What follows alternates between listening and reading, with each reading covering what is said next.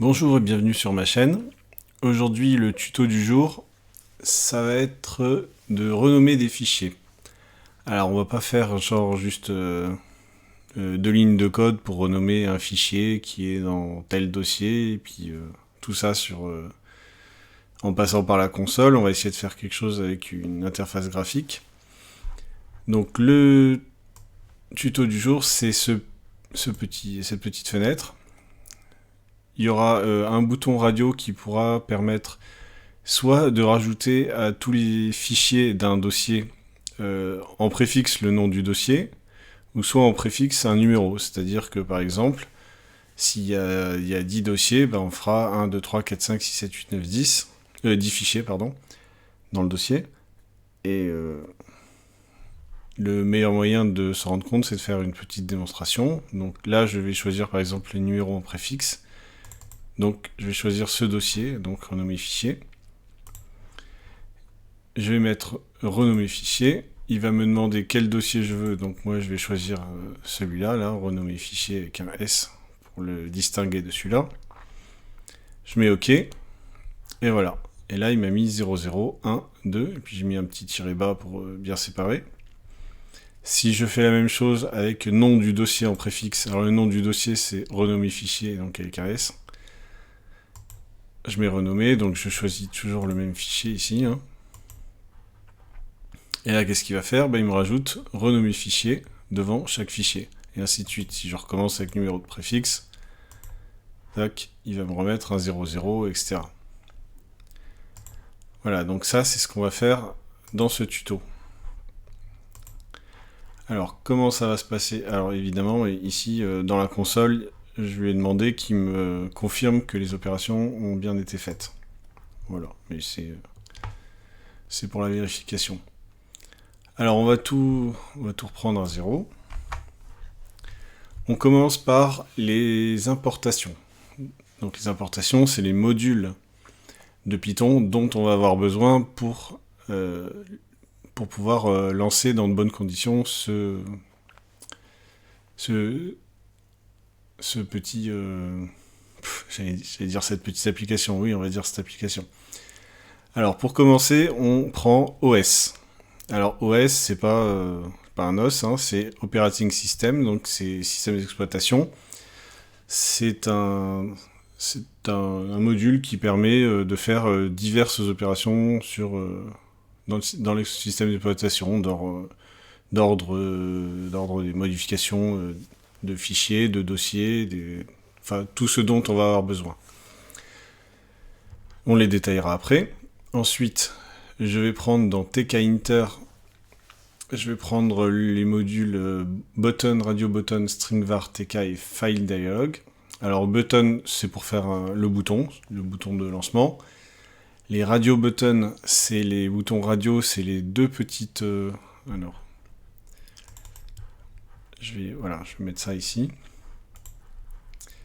pour expliquer. Donc les deux radio buttons, ça va être ces deux petits boutons radio. Alors la particularité des boutons radio par rapport par exemple à des cases à cocher, c'est que là, ces deux-là font partie du même groupe, et il y en a un seul qui sera coché sur les deux. Si je coche celui-là se décoche, si je coche celui-là se décoche, et ainsi de suite. Donc ça, c'est la particularité des boutons radio par rapport aux cases à cocher ou autres petits boutons qui permettent d'interagir. Ensuite, le stringvar, ça on le verra tout à l'heure, c'est... en fait, on a une méthode stringvar et une méthode intvar. Donc en fait, c'est pour stocker des variables. Donc là, elle sera sous forme de chaîne de caractères, et intvar, c'est sous forme de, comme son indique, de integer, donc de nombre entier. TK, ça va être un peu pour faire le panneau d'affichage, là, la petite fenêtre. Et file dialog, c'est pour... ça va être pour choisir le dossier dont on va avoir besoin. Alors comme son nom ne l'indique pas, c'est pas pour choisir un fichier, mais pour choisir un dossier qu'on va l'utiliser. Alors pour commencer, on va faire le nécessaire pour l'interface graphique. L'interface graphique, ça se fait un petit peu comme d'habitude. On va commencer par lancer une instance de TK, la méthode TK, pour créer le panneau. Ce que j'appelle le panneau, la fenêtre, comme vous voulez.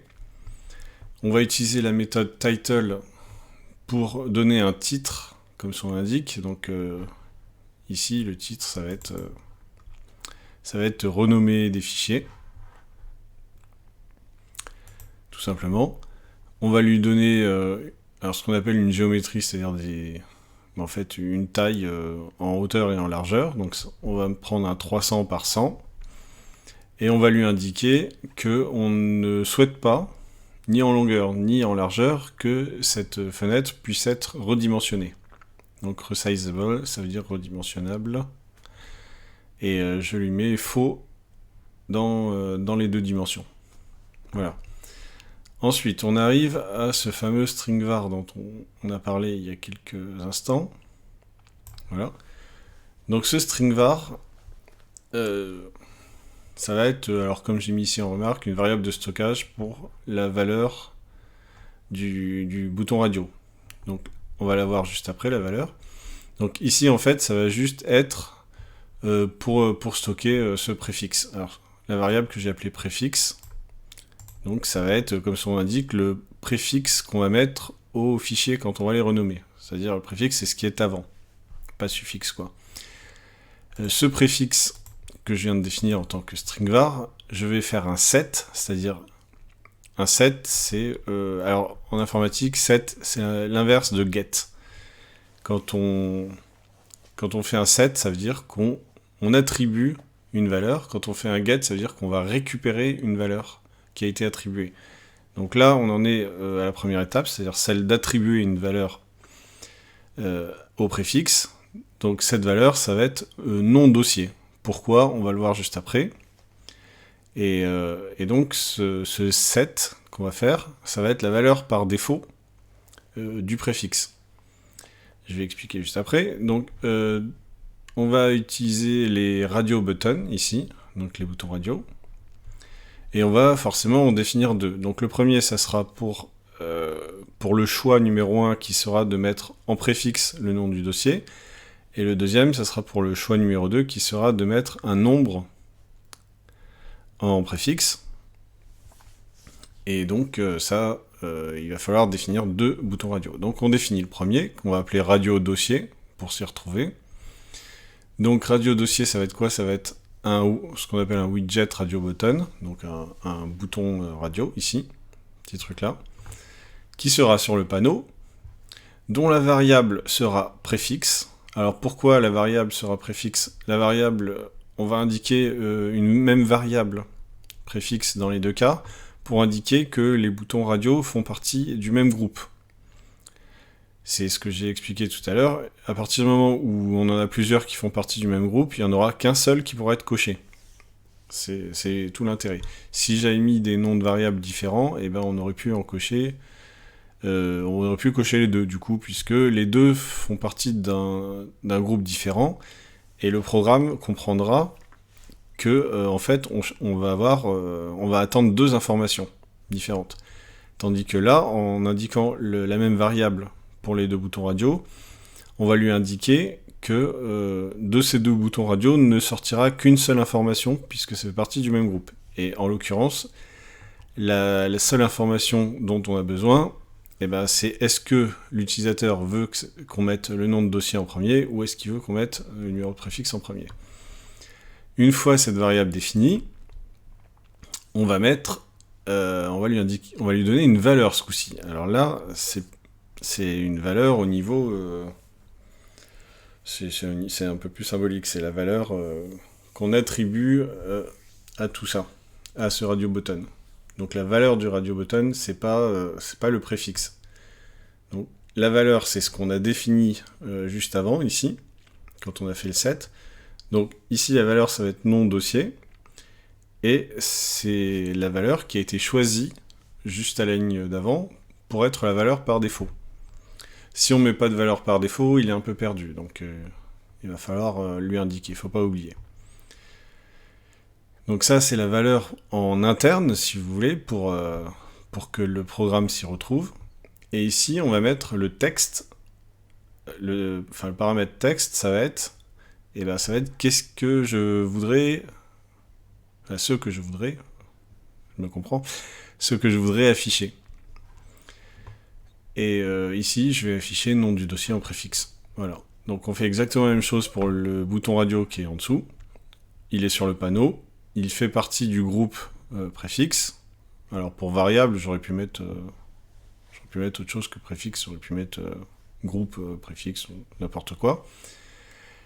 Et ici, en value, donc la valeur en interne, je vais mettre numéro de chiffre, par exemple. Donc ça, ces deux-là, les values, on les verra après, une fois qu'il s'agira d'interpréter ces valeurs pour les traiter après dans la fonction qu'on va définir ici, qui est ouvrir dossier. Donc en texte, je mets numéro en préfixe, donc pour bien préciser que ce bouton radio correspond au choix numéro en préfixe. Et là, je peux passer au bouton, le bouton qui s'appelle renommer les fichiers. Donc classiquement, je vais donner un nom de variable que je vais associer à button. Donc button ici, c'est ce que j'ai importé ici, c'est le widget qui correspond au bouton cliquable, qui sera donc sur le panneau, qui aura pour texte renommer les fichiers et qui aura pour commande ouvrir dossier.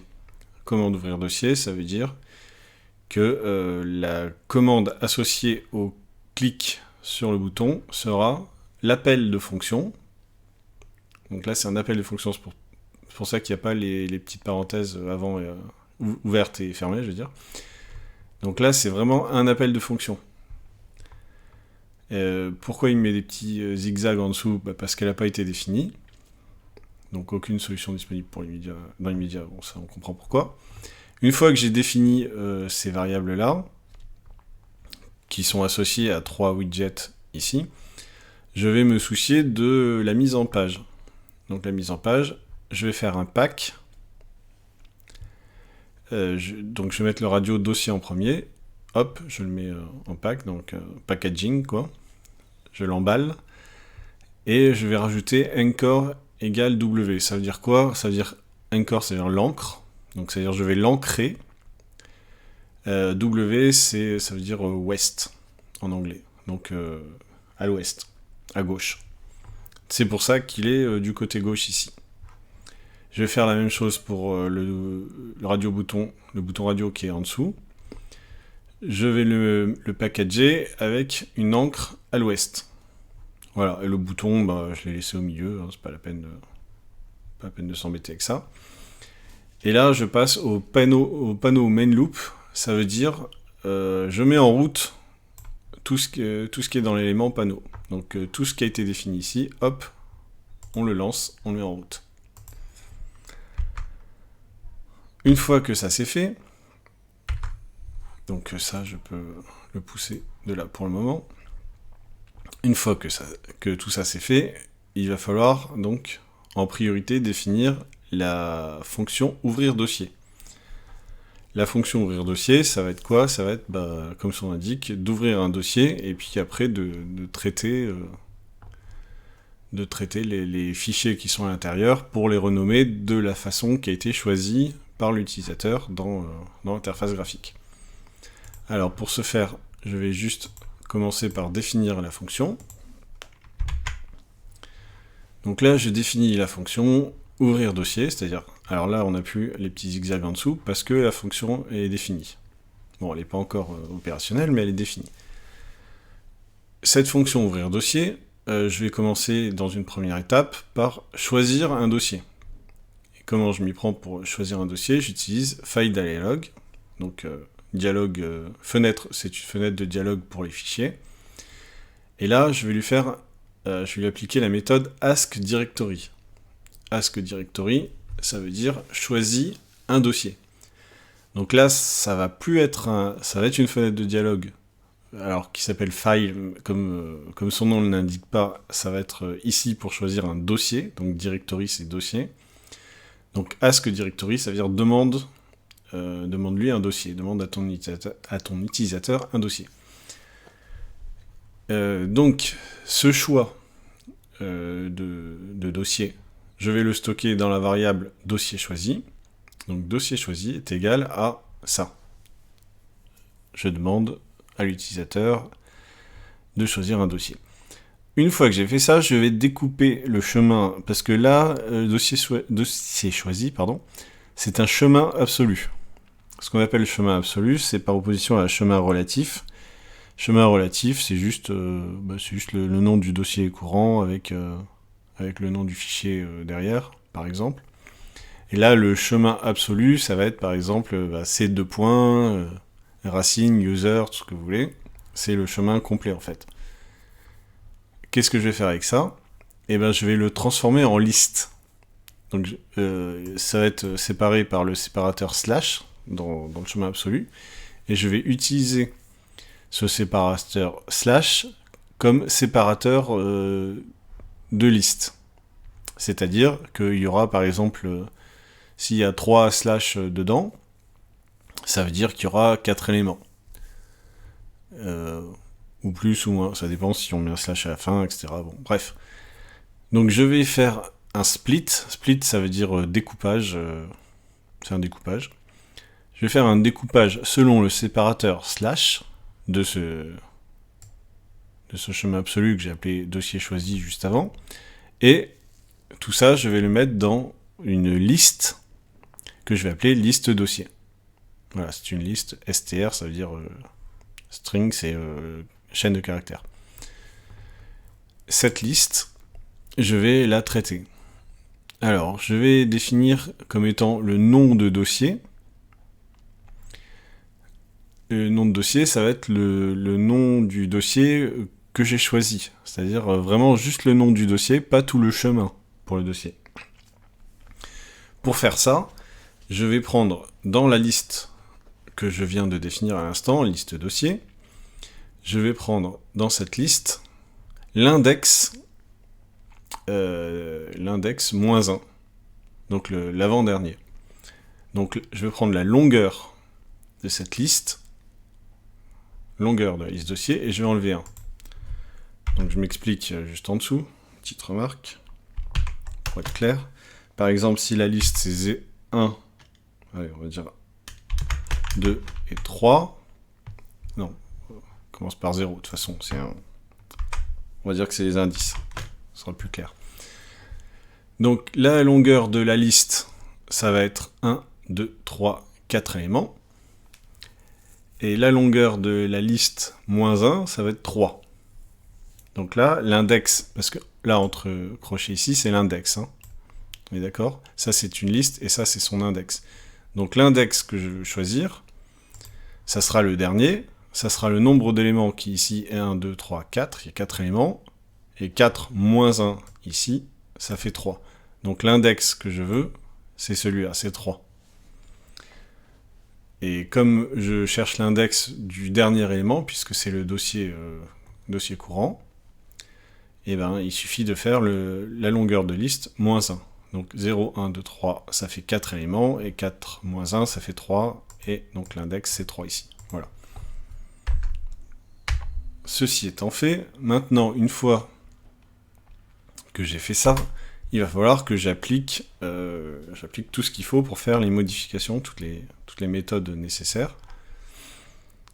Donc pour ce faire, je vais créer une boucle. Pourquoi une boucle ? Parce que en fait, je vais aller chercher dans le dossier, je vais aller chercher le nombre de fichiers qu'il contient, et si par exemple il y a 4 fichiers, il faudra que je boucle plusieurs fois pour qu'il traite les 4 fichiers. Alors, pour ce faire, je vais commencer donc une boucle à travers tous les fichiers dans le dossier courant, donc ce que je viens de dire, et une boucle, je vais la faire avec for. Alors ici, il me met un petit truc en rouge en dessous, c'est parce que j'ai ouvert une boucle et puis que j'ai rien mis après, quoi. Donc là, il me dit il y a un problème, donc c'est normal. Déjà, pour commencer, avant de lancer la boucle, je vais définir une variable que je vais appeler numéro, et je vais l'initialiser, je vais mettre 0. Pourquoi j'utilise une boucle, un numéro 0, pardon, c'est parce que je vais faire donc une boucle Et si par exemple comme j'ai expliqué juste avant, si j'ai 3 fichiers, et ben je vais avoir le fichier 0, le fichier 1 et le fichier 2 en préfixe. Hein. Donc il faudra bien que je les compte pour pouvoir attribuer des numéros.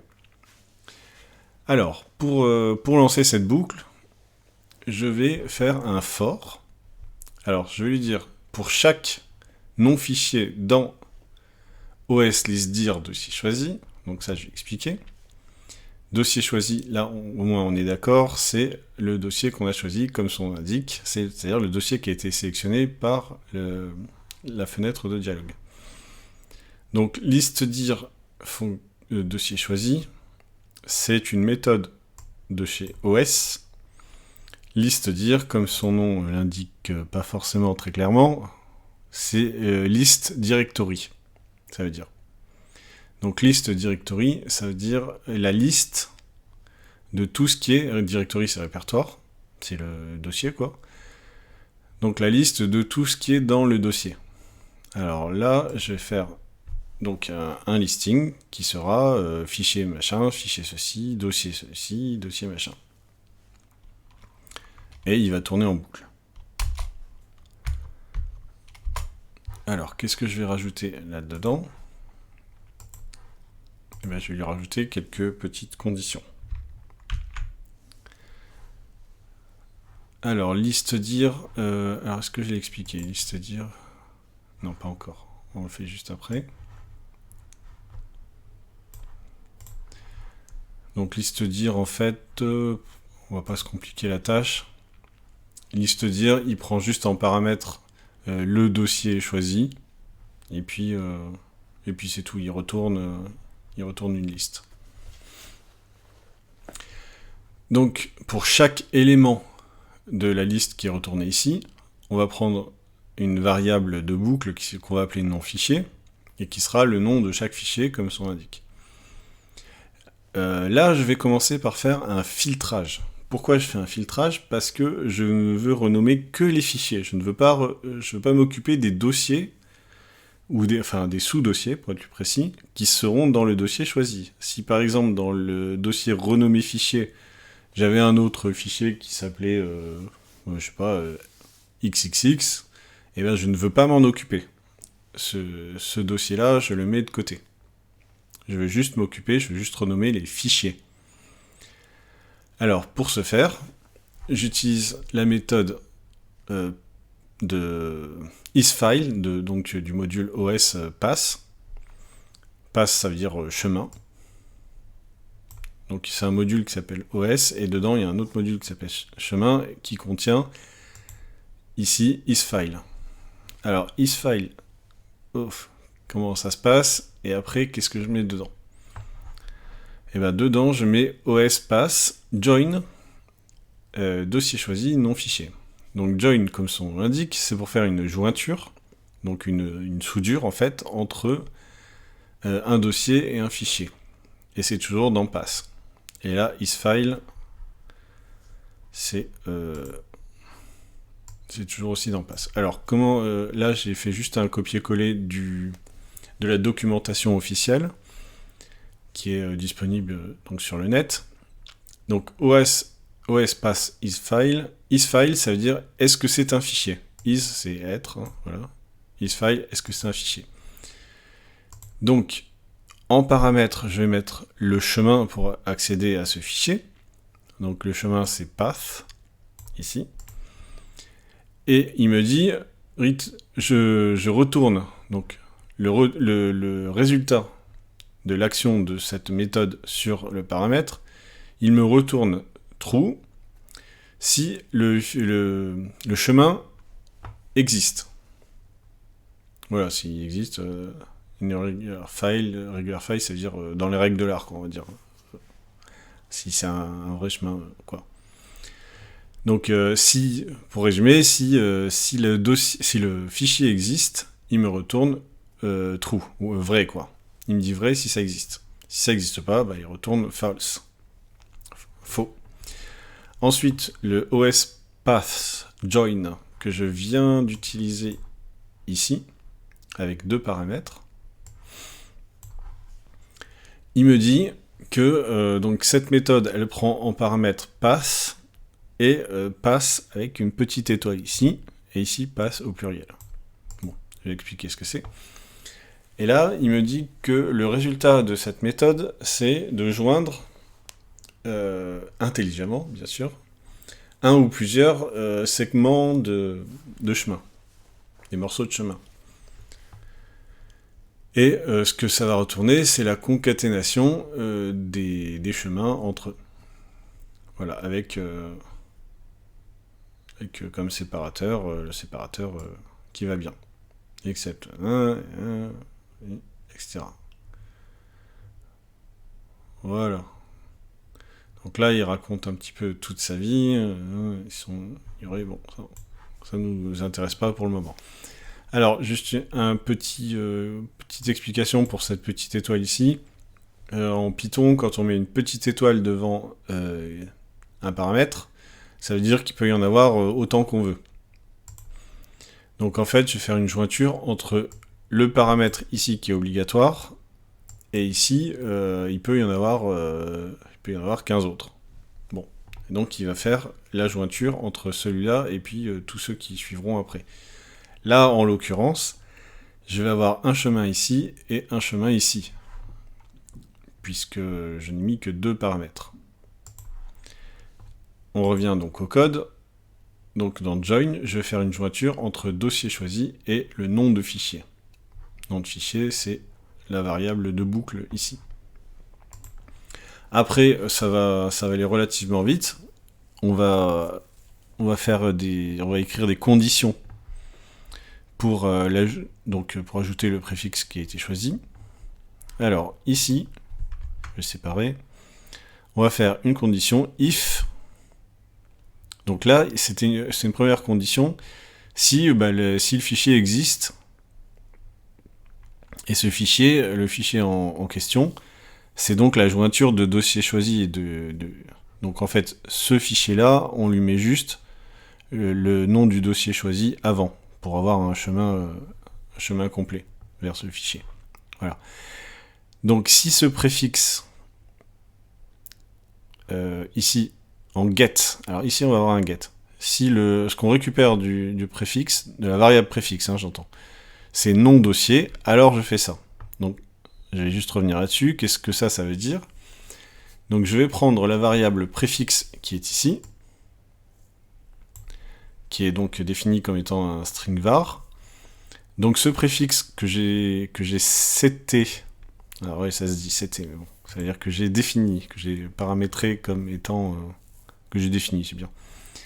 Ce préfixe que j'ai défini comme étant mon dossier par défaut, je peux le modifier ici. Donc choix 1 ou choix 2. Donc je vais faire un get, c'est-à-dire je vais récupérer sa valeur. Donc get, j'ai dit que c'était le contraire de set. Ici, je définis une valeur, et ici, je récupère la valeur qui a été définie par l'utilisateur. Donc là, je l'ai définie en tant que valeur par défaut, mais quand je vais lancer l'application, c'est l'utilisateur qui va en cocher une ou l'autre. Donc là, la valeur qui a été définie par l'utilisateur, je vais la récupérer, et si la valeur de préfixe que je viens de récupérer est égale à nom dossier, c'est-à-dire le premier, donc la value ici que j'ai mise pour le premier, alors, qu'est-ce que tu fais? La variable nouveau nom fichier, que j'aurais peut-être été bien inspiré de définir avant comme étant une variable vide, bon, peu importe, ça va être le nom du dossier, un petit tiré du 8, un petit bas, et le nom du fichier. C'est exactement ce qui s'était passé quand j'avais fait la démonstration au début. Il avait mis renommer fichier, un petit tiré bas ici, et le nom du fichier derrière. Donc le nouveau nom de fichier, ça sera pour chaque élément, ici, nom fichier c'est un élément de la boucle, donc ça sera nom dossier, et plus, alors ici c'est une concaténation, nom fichier c'est donc ici. Donc à chaque fois que j'aurai choisi nom dossier dans le petit radio button, il fera ce qui est ici dans la condition, la première condition nom dossier. Maintenant, si j'ai pris le radio button numéro 2, donc si je fais un get, si je vais récupérer la valeur du préfixe et que ça me dit que la value ici, donc c'est numéro 2 chiffres, alors à ce moment-là, je vais, au lieu de rajouter le nom du dossier ici, je vais rajouter les numéros avant. Alors, juste un petit point qui est complètement optionnel. Quand on met des numéros comme ça, si on met 1, 2, 3, 4, 5, 6, 7, si par exemple il y avait 11 fichiers, il m'aurait mis 1, 2, 3, 4, 5, 6, enfin 0, 1, 2, 3, 4, 5, 6, 7 jusqu'à 10. Et là, il m'aurait classé le 1, et ensuite il m'aurait mis le 10 derrière, puis le 2, le 3, le 4. Pour éviter ça, parce que c'est comme ça qu'il fonctionne, pour éviter ça, je rajoute un 0 devant. Comme ça, quand il me fait le classement, il va faire 01, 02, 03, 09, 10, 11, 12, 13. C'est juste pour éviter ça. Donc ça complique un tout petit peu les choses. Si le numéro en question, alors le numéro il a été défini ici, hein, c'est le numéro de fichier. Si on est à un numéro qui est plus petit que 10, je vais juste lui demander de créer cette variable que je vais appeler pref, comme préfixe, qui va être composée de 0. Alors 0 entre guillemets, ça veut dire 0 comme étant une chaîne de caractères et pas comme un nombre. C'est important parce que derrière, je vais mettre un str numéro. Str numéro, ça veut dire que je fais un transtypage de numéro. Transtypage, c'est-à-dire que je change de type, tout simplement. Ici, numéro, c'est un type numérique. Comme il n'y a pas de guillemets ici, puis que ça sert à compter. Donc c'est un type numérique. Et je vais changer de type. Je vais lui dire, non, c'est plus un type numérique. Maintenant, tu vas me le transformer en chaîne de caractères. Pourquoi ? Parce que si je fais une concaténation ici d'une chaîne de caractères avec d'un numéro, il va me mettre un message d'erreur, il va me dire non, ça va pas. Il faut que les deux soient du même type. Et là, en l'occurrence, on va mettre les deux du même type, ça sera des chaînes de caractères. Si le numéro n'est pas inférieur à 10, strictement bien sûr, alors tu mets juste numéro, quoi. Mais sous forme de chaîne de caractères. Devant, hein, bien sûr. Et le nouveau nom de fichier, ce sera pref, donc le préfixe que je viens de définir ici, petit tiret bas, et le nom du fichier. Donc le nom du fichier de la variable ici, la variable de boucle. Une fois que j'ai fait ça, je rajoute 1 à numéro. C'est-à-dire je vais incrémenter le numéro que je viens de définir ici. Alors pourquoi je mets numéro plus égale 1 ? Parce que je peux pas mettre numéro plus comme dans les autres langages. Voilà, ici. Alors je peux mettre numéro est égal à numéro plus 1, mais voilà, c'est plus court d'écrire comme ça, c'est accepté, donc tant mieux. Une fois que j'ai fait ça, qu'est-ce qu'il me reste à faire ? Plus que la dernière méthode qui sert effectivement à changer le numéro, le nom, pardon. Donc le changement de nom de fichier avec la fonction osrename. Alors osrename, comment elle fonctionne ? Si on prend la documentation officielle, osrename, src, dst. Bon, après, tout le reste, c'est plus ou moins optionnel. Donc src, dst, c'est-à-dire source, destination. Donc je renomme le fichier en ce fichier. Donc au début la source, ensuite la destination. Donc renomme le fichier ou le répertoire, donc de la source jusqu'à la destination. Et si destination existe, l'opération, il va me lever une erreur OS-error si le fichier existe déjà. Bon, ici, ça sera pas trop le cas, mais il faut le savoir si jamais ça peut arriver qu'il y ait une erreur. Là, je ne gère pas l'erreur parce que j'aime bien quand mes tutos font pas 3 heures. Mais il faut le savoir, si le fichier destination existe, ça ça va créer une erreur. Bon. Et sur Windows, si la destination existe, ça va être une file exist error qui va être toujours levée.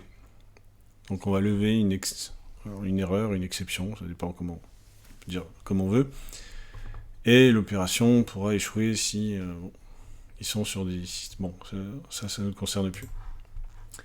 Voilà, donc là, je vais juste faire un rename, donc renommer. Comme on vient de le voir, on va mettre en premier la source et en second la destination. Voilà. Donc je vais renommer quoi? Je vais renommer la jointure entre le dossier choisi et le non-fichier, c'est-à-dire celui qui est ici, qu'on a considéré au début, et je vais le renommer, je vais garder le même chemin de dossier, mais je vais juste changer le nom de fichier d'origine, et je vais le changer en nouveau nom de fichier, c'est-à-dire celui que je viens de définir. En gros, c'est le même avec le préfixe devant. Donc le préfixe c'est nom de dossier plus tiré bas si jamais j'ai choisi le nom de dossier dans l'interface graphique, et ça sera le préfixe avec un tiré bas, le préfixe numérique ici, si jamais j'ai choisi numéro dans l'interface graphique, juste avant, dans les boutons radio.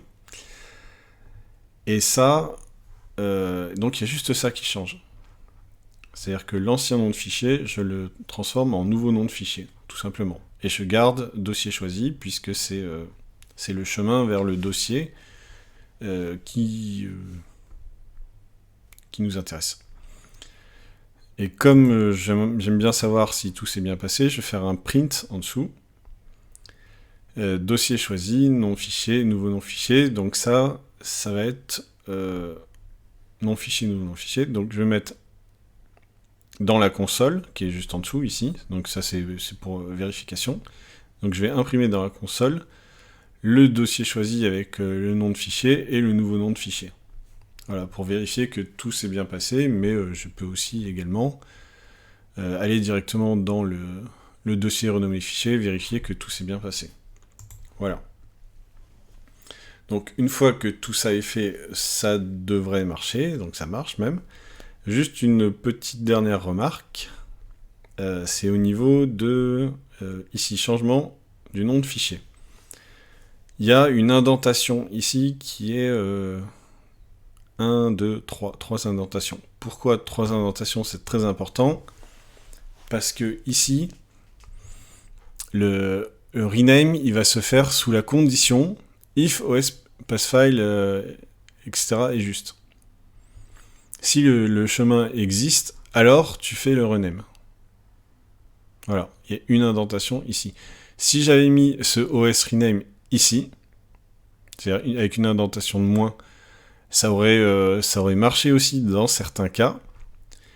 Ça aurait marché si le fichier, si cette condition était vraie, mais si elle était fausse, ça aurait marché quand même. Il aurait quand même essayé de renommer, puisque j'aurais mis cette ligne-là avec l'indentation juste un coup à gauche, c'est-à-dire qui était au même niveau que le if d'ici, c'est-à-dire du for.